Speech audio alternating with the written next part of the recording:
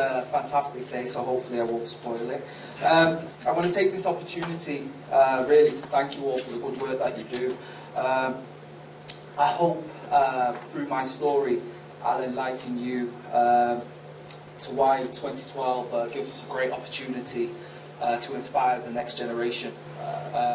We were raised in a council flat, myself and my sister. But my mum always told us that we could achieve anything that we put our minds to. I was 12 years old and I was watching the Olympic Games on television. It was 1984 and I watched a gentleman called Carl Lewis win 4 Olympic gold medals. And it was at that point that I suddenly knew what I was going to do. So I said to my mum, "Mum, I'm going to go to the Olympic Games one day." She was like, "Okay, interesting." I went to school the following day, and pretty much anybody who was willing to listen, I would tell them that one day I would go to the Olympic Games, even to the extreme where I started practicing my autograph. Darren Grant, one day. So I said, "Well, Mum, as I've told you, one day I'll go to the Olympic Games, and one day I'll be famous." And I said, "What I don't want is my father to be sat in a pub, see me on telly and go, 'That's my son.'"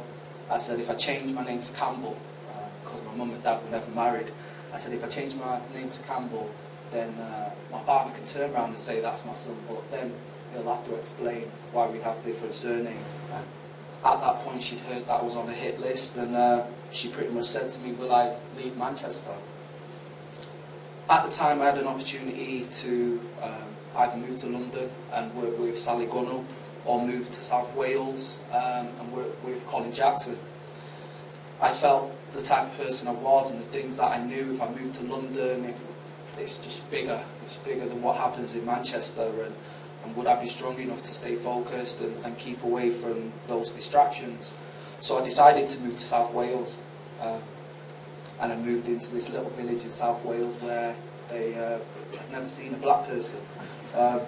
This was before MTV, so all of a sudden they've got this black person living in their little village, and that was a bit of a culture shock, obviously, that now that my back was fully healed and I could run again, that I want to go back to athletics. So I gave Linford Christie, his agent, a call and said, "Oh, please will you speak to Linford Christie to see if I can train with him and if he'll be my coach." So the agent phoned Linford and gave me a call back and said, Linford said no. I was like, "Oh, why? And then I remember hearing stop, but it was too late. It gave me the baton, it hit my gluteus maximus, flew up in the air, ping, ping, ping. Dropped the baton at the Olympic Games. I remember getting back to the Olympic Village, and the first person that I met was Denise Lewis. I'd always had a crush on Denise Lewis, but she was about to tell me the harshest but realest words. She said, "You're an effing disgrace." And I looked at her and I remember thinking, nobody in life goes out to fail. But actually, I knew what she meant. She knew how talented I was. I remember us being under the stadium before the final.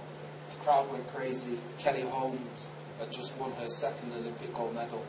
I remember saying to the guys, "Kelly can't be the only one to go back with a gold medal from athletics. Come on, we can do this." We were stood next to the Americans and they were whooping and hollering because for them they'd already won. So they were like, "Woo, yeah, come on, woo!" Okay, I think we've got something special for you guys.